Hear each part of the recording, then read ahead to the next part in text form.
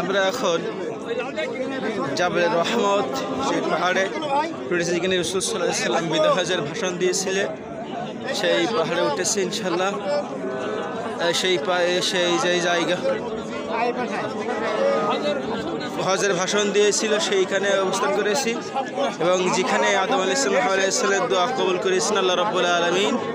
এই সেই পাথর যেখানে বিশ্বনবী যেখানে ভাষণ দিয়েছিলেন বিদায় হজের, সেই পাথরের সামনে আমরা দাঁড়ায় আছি। আল্লাহ রাব্বুল আলামিন আমাদের ওটা তৌফিক দান করেছে।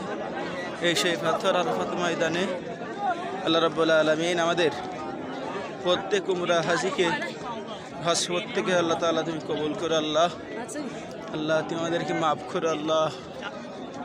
এই সে আরাফাত ময়দান যেখানে হাজিরা অবস্থান করে, অনেক হাজি এখানে অবস্থান করেছেন। আল্লাহ রাব্বুল আলামিন আমাদের সবাইকে যেন আসার তৌফিক দান করুক।